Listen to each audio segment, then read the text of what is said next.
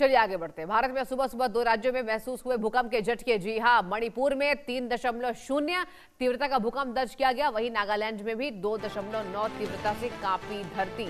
आज सुबह भारत के पूर्वोत्तर क्षेत्र में भूकंप के 2 हल्के झटके दर्ज किए गए हैं। पहले मणिपुर में 3.0 तीव्रता का भूकंप आया, जबकि लगभग 1 घंटे के बाद नागालैंड की हम बात कर रहे हैं 2.9 तीव्रता का झटका महसूस किया गया। राहत की बात यह रही कि दोनों राज्यों में किसी प्रकार के जान माल के नुकसान की सूचना नहीं है।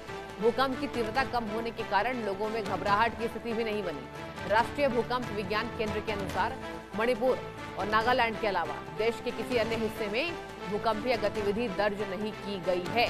दिल्ली भी पूरी तरीके से सुरक्षित रही है। तो देखिए, ये पहला मामला नहीं है। इस साल अगर हम आंकड़ों को देखें तो भूकंप के तमाम आंकड़े सामने आए हैं और केवल भारत में ही नहीं, भूकंप के तेज झटके देश और दुनिया में महसूस किए गए हैं। लगातार भूकंप के झटकों से हिंदुस्तान की धरती हिली है और जिसके बाद लोगों में अफरा तफरी का माहौल हो गया। नागालैंड में 2.9 तीव्रता से धरती कांपी है और इसके साथ आपको बता दें, भूकंपीय गतिविधि दर्ज नहीं की गई है। दिल्ली भी अब तक सेफ है।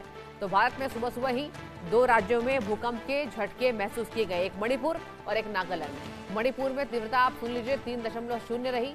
नागालैंड में इसकी जो तीव्रता है वो 2.9 रही। यानी कि दोनों राज्यों में लगभग एक समान ही भूकंप के तेज झटके देखे गए हैं और भारत में सुबह सुबह 2 राज्यों में भूकंप के जो झटके हैं वो महसूस हुए हैं। सबसे बड़ी बात यह है, बार बार भूकंप आना और जिस तरीके से अब लोगों को साफ तौर पर चेतावनी लगातार दी जा रही है, इसको लेकर जागरूकता फैलाई जा रही है कि अगर भूकंप के झटके महसूस किए गए हैं तो आप तुरंत घरों से बाहर निकलना है, अपने आप को बचाना है, परिवार के सभी सदस्यों की सुरक्षा करनी है।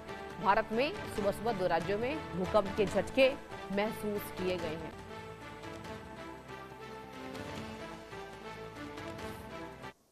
और फिलहाल इस बुलेटिन में इतना ही। एक छोटे से ब्रेक के लिए रुक रहे हैं, कहीं मत जाइए, देखते रहिए इंडिया न्यूज।